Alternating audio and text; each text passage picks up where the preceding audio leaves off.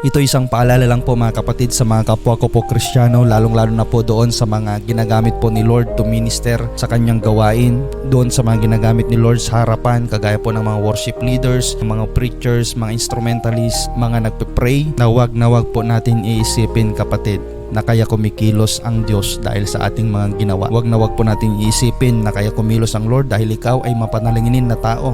Nananalangin ka 3 times a day. Babasa ka ng salita ni Lord day and night. Mahilig kang mag-fasting. Nagpa-fasting ka 3 days, 7 days, umaabot pa ng 40 days. Nabubuhay ka ng may kabanalan. Don't get me wrong. Lahat po ng yon ay importante.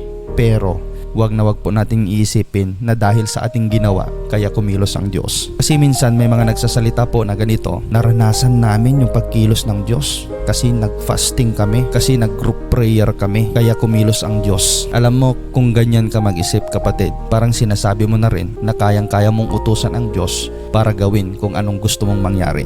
Ang sabi po ni Pastor Alex, ang panalangin ay ginagawa hindi para sabihin sa Diyos na iunat niya ang kanyang kamay, kundi ang panalangin ay ginagawa para mahipo yung puso ng Diyos at iunat niya ang kanyang kamay. Ibig sabihin po mga kapatid, nasa Diyos ang pagpapasya. Kahit na anong gawin po natin, kung hindi po kikilos ang Diyos, wala tayong magagawa. Kaya nga tayo po ay mga worshipers, sinasamba lang po natin siya.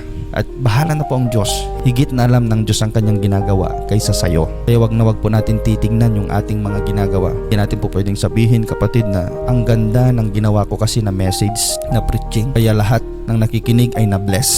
Ang galing ko kasing umawit at nilapatan ko pa ng pananalangin day and night. Pinapanalangin ko yung line up ko. Kaya ganun na lamang yung pagkilos po ng Diyos. Yun po yung mga example po kapatid.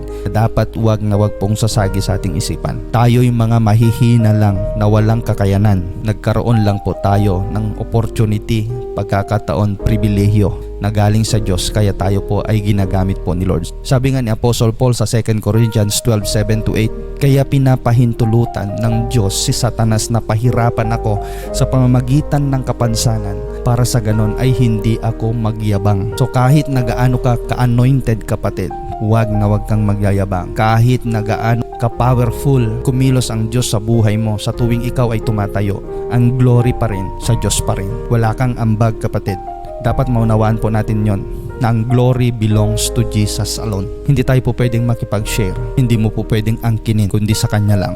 Nawa po maliwanag po yon kapatid, dahil napakadelikado po pag nagkaroon po tayo ng puso na para bagang tayo yung dahilan kaya kumilos ang Diyos sa loob ng inyong church. Kaya magkaisa po tayo na ibigay ang glory sa ating Diyos na buhay. God bless you. Purihin po ang Diyos na buhay.